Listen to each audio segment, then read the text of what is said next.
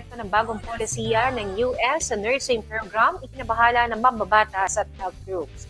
Naglabas ng pangamba ang ilang opisyal at health groups matapos ialis ng US Department of Education ang nursing sa listahan ng mga kinikilalang professional degree programs na kwalipikado sa mataas na federal student loans. Sa bagong panuntunan, ang dating limit na $50,000 per year para sa graduate nursing student ay magiging $20,500 per year na lamang. Ang lifetime loan cap na dating $200,000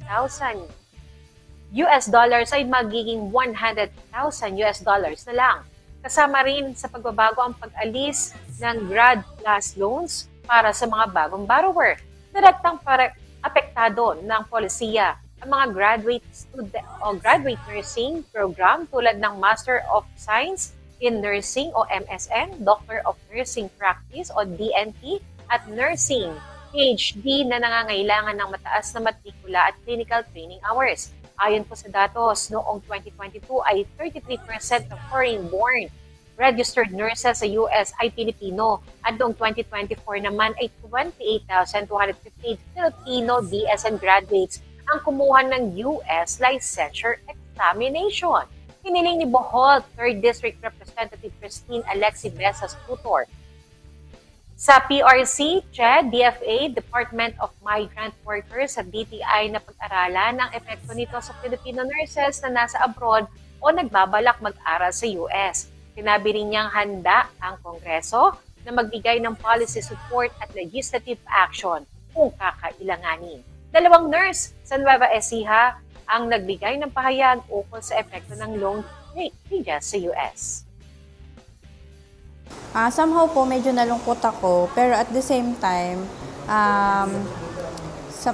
okay pa rin naman po kasi alam ko pa yung mga Filipino ay hindi pa rin po matitinag kahit ano man po yung sa US despite of whatever yung naging news po.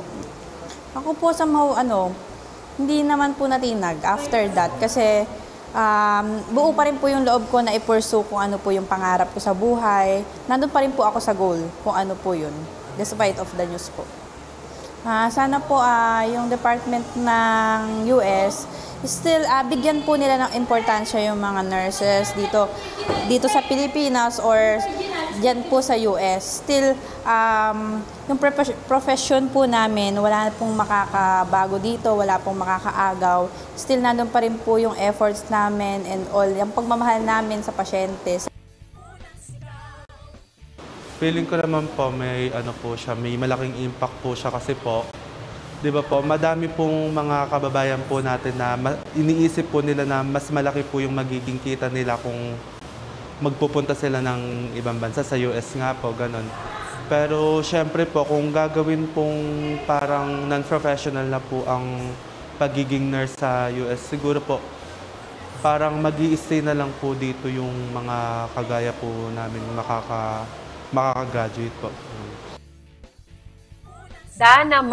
Nakatakda namang ipatupad ang policy para sa student loan simula July 1, 2026 sa ilalim ng One Big Beautiful Bill Act maliban kung magkaroon ng legal o congressional intervention.